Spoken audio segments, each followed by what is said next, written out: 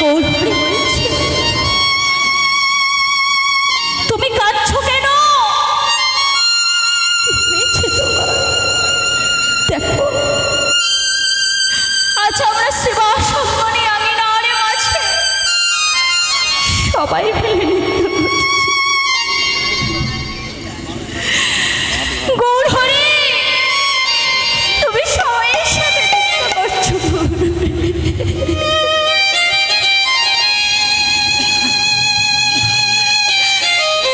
আমি নৃত্য করতে পারছি না। আমার যে সেই ক্ষমতা নেই গৌরহরি তোমার সাথে দাঁড়িয়ে নৃত্য করবো, তোমাদের সাথে ঘুরে ঘুরে নৃত্য করবো।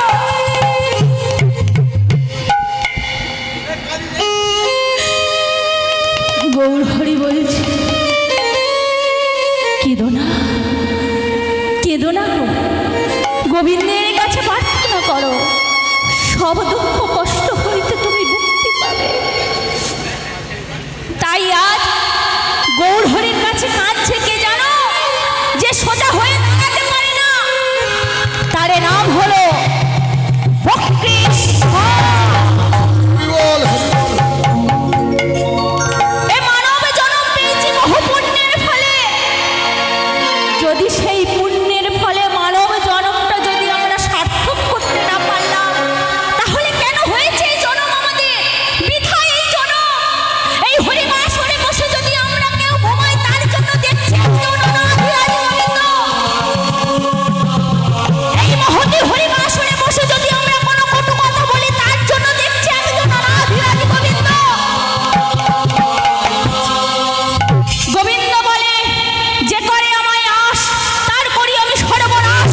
তথাপি সে যদি রয় আমার পাশ, তবে তার হই আমি দশানুদাস। বক্রেশ্বর, এ জন্মে তুমি বিকলাঙ্গ হয়েছ।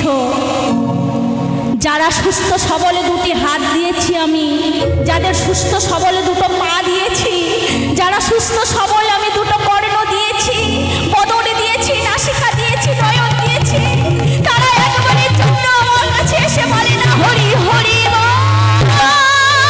হরি হরি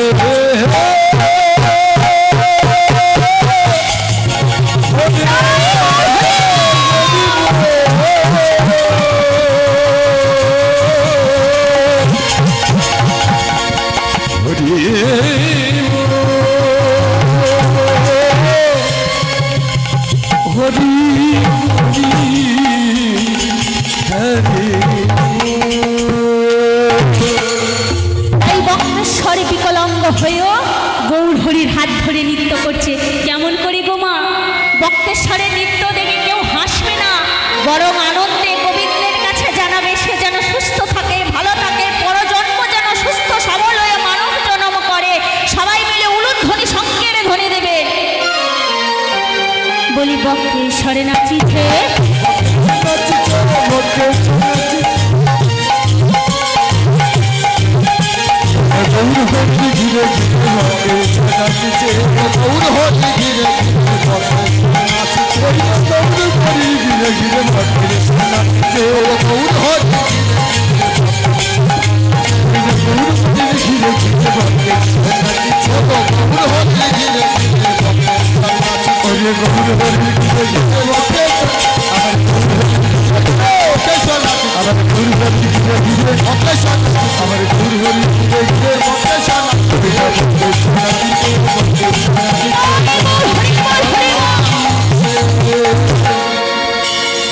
যখন বক্রেশ্বর নৃত্য করছে, এমন সময় সবাই মিলে আনন্দ করছে।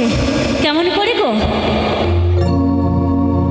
আমার গৌর এনেছে হরিনা,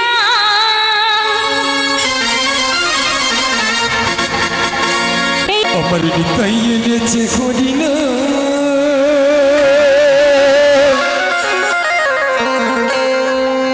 এই ভাবের মাঝে ভিতরে দাদা এই সাউন্ডের ভিতরে পেশাবটা করা অমৃত সমা